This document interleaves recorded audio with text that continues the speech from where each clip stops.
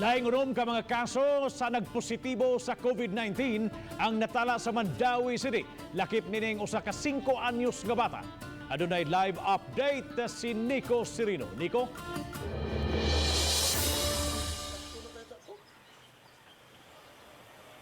Yes, Bob, napun-an pa ang mga kaso sa COVID-19 sa Mandaue City. Lakip niini ang mga kaso gikan sa City Jail.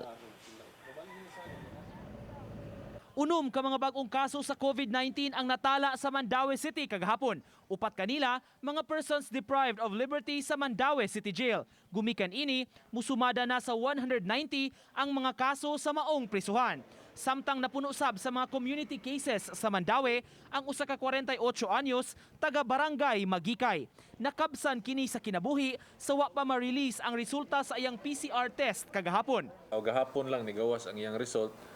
So, i-isolate na sad ni gikordo na sad ni ilahang panimalay. Laing na kumpirmar kagahapon ang usa ka 5 anyos nga bata nga nagpuyo sa CICC compound.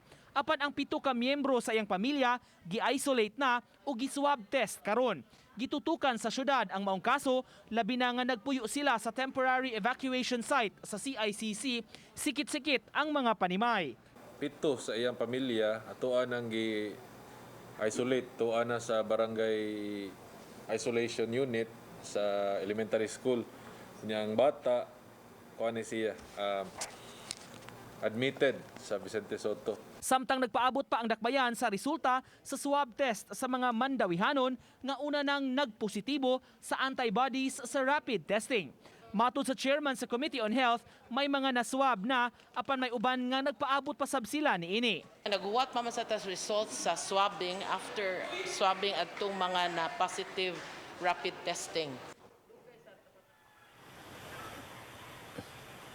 Sa kinatibuk-an, Baba, misaka na ngadto sa 229 ang confirmed cases sa Mandaue City. Hinon kadaghanan niini closed setting, 190 cases sulod sa Mandaue City Jail. Dunay 28 ka active community cases ug 7 ka mga recoveries. Bob.